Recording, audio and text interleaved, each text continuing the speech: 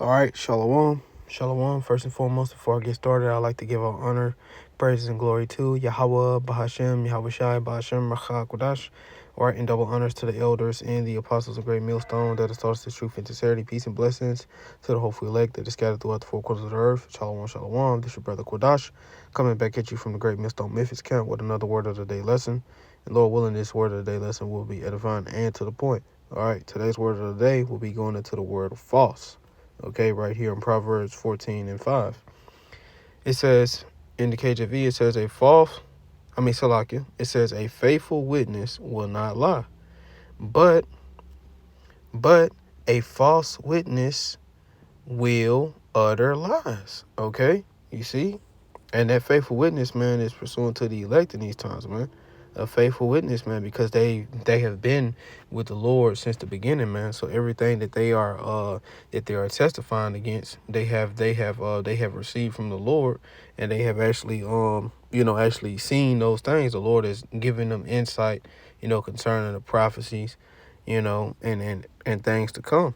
And it says, but a false witness will utter lies, man. Pursuant to those false prophets, man, that say that they were sent, but they wasn't truly sent. Because I'm gonna get into an account going into that. This is the word false right here in Proverbs 14 verse 5. It says Strong's H8267 shaquar. All right, you got the shad, the qua, and the ra, shaquar. Okay, and it says in the outline of biblical usage, it says lie, deception, disappointment, falsehood. You see, it says deception. It says what deceives. All right, like the Lord said, the deceiver and the deceiver are His, man. Okay, all right. And that's the reason why it's important to fear the Lord, you know what I'm saying? Because, you can be thinking that you doing the Lord's work, and you out there so called, thinking that you are warning the people and, sounding the trumpet, but the scripture talks about, that uncertain sound, man. Those false prophets, man, they sounding an uncertain trumpet, man. They giving that uncertain sound. Okay, it says deceit, fraud, wrong, fraudulent, wrongfully. Okay, falsehood, injurious in testimony. It says testify falsehood, a false oath, swear falsely. All right, to lie. Pretty much lying, man, not telling the truth. Okay, telling our people that it's going to be peace and it's not going to be peace, especially in the times that we in. Seeing the things that's going on, Jacob's trouble, it's really already been kicked off. It's just going to intensify, okay? Like it says, a liar in the Strong's definition, a liar. Someone that's lying. Okay, so you get the point on that. It says in the NLT, it says an honest witness. It says an honest witness does not lie. A false witness breathes lies, right, man?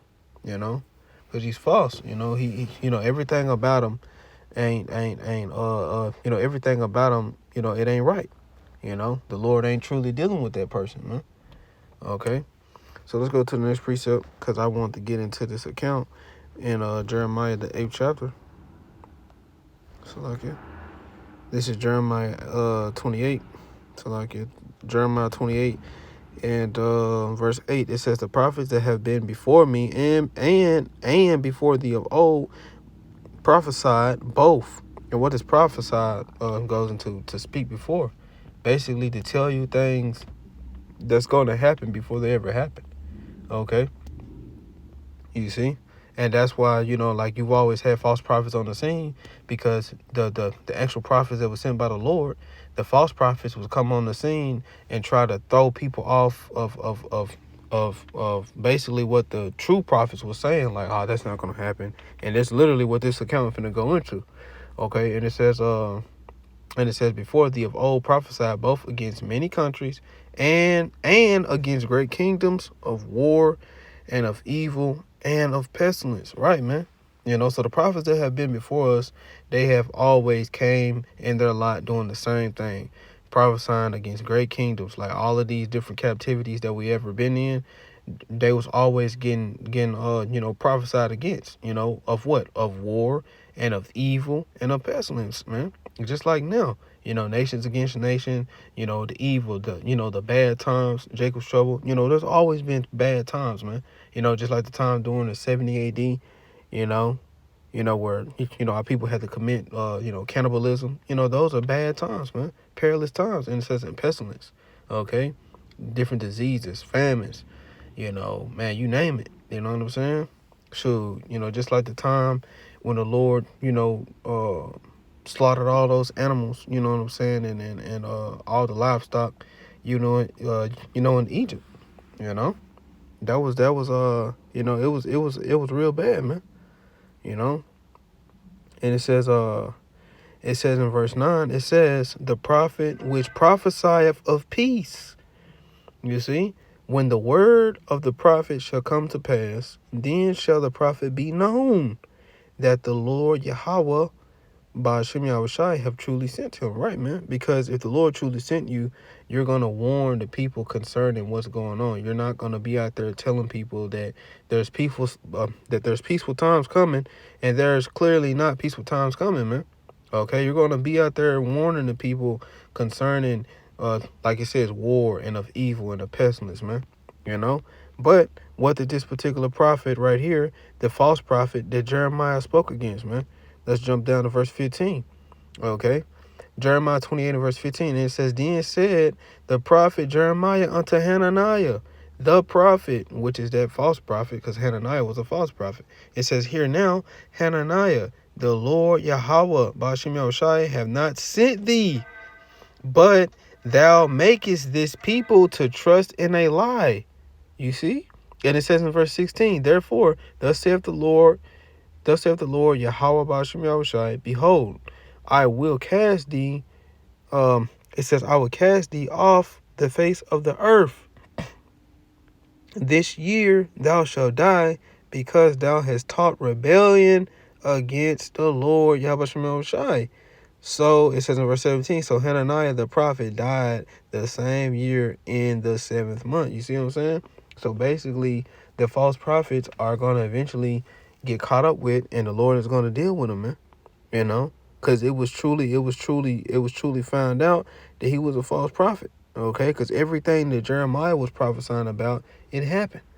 All right, but this particular prophet, he was saying peace, peace this and peace that, and it never came, man. Okay, so these false prophets are going to get dealt with in these last days. Okay. This is Matthew 7 and verse 15.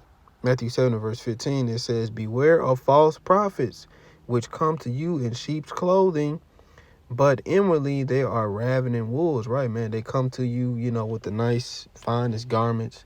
You could think that, you look at them outwardly and it's like, man, they got it all figured out. They got it all laid out. They got it all.